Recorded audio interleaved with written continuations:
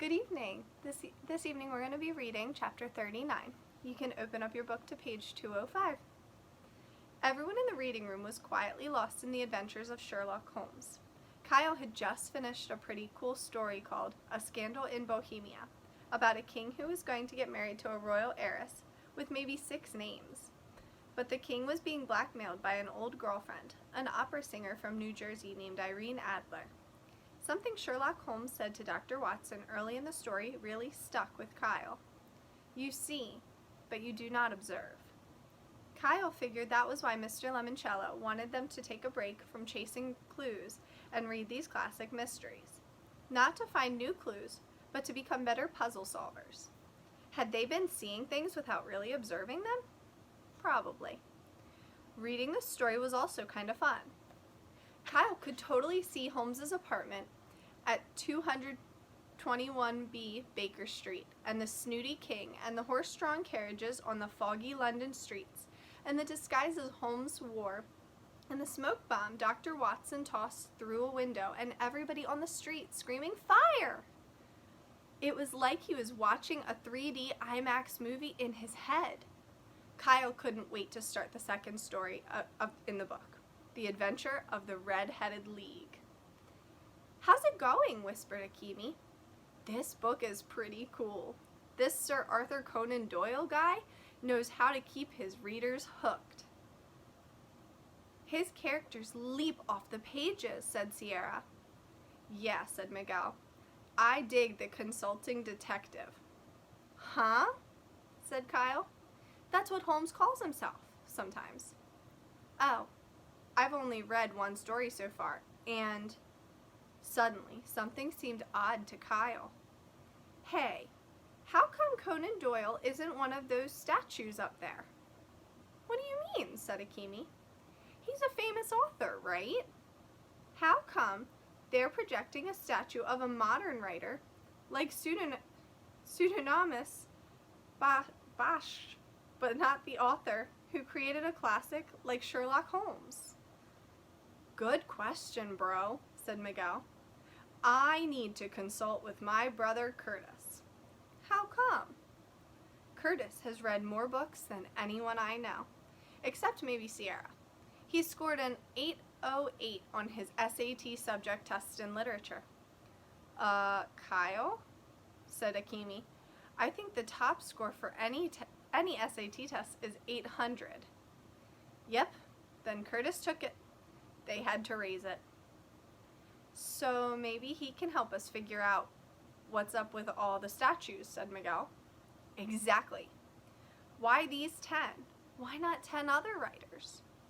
Why not the same 10 Bridget Wadge had for her extreme challenge?" added Sierra. Kyle looked around the room. "Mrs. Tobin? Hello? Mrs. Tobin?" The hazy holographic image of the 1960s librarian flickered into view. "How may I help you, Kyle?" "I'd like to talk to an expert." "And to whom do you wish to speak? to?" "Mr. Curtis Keeley." "Your brother?" "And an SAT certified expert on the subject of literature and authors and other literary type junk." Suddenly, the hologram vanished, and Dr. Zinchenko's voice came over the ceiling speakers. "This is a rather irregular request, Mr. Keeley." "Hey," said Akemi, "this whole game is rather irregular, don't you think?" "We just need some more data," said Kyle. "Because like Sherlock says to Dr. Watson, it is a capital mistake to theorize before one has data."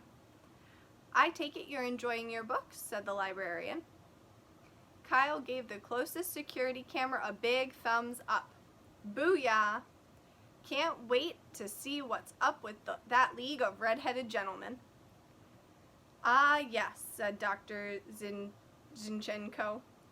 "A fascinating story. I recently reread it myself." "Very well, Kyle. We will contact your brother to determine if he does indeed qualify as a literary expert. It may take a while." "No rush," said Kyle. "I've got a good book." Kyle was busy helping Holmes figure out that the Red-Headed League was just a clever ploy pulled by some robbers to get the red-headed pawnbroker to leave his shop long enough for them to dig a tunnel from his basement to the bank next door when the librarian's voice jolted him out of London and brought him home to Ohio. My apologies for the interruption. Akimi, Miguel, and Sierra closed their books too. It was 11:15.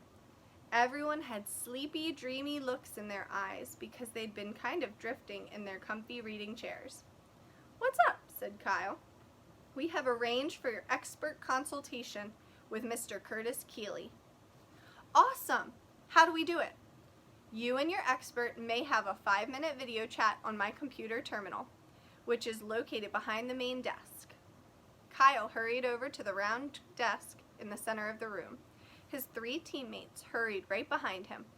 "Your consultation begins now." And there was Curtis, sitting at his computer in his bedroom. "Hey, Curtis."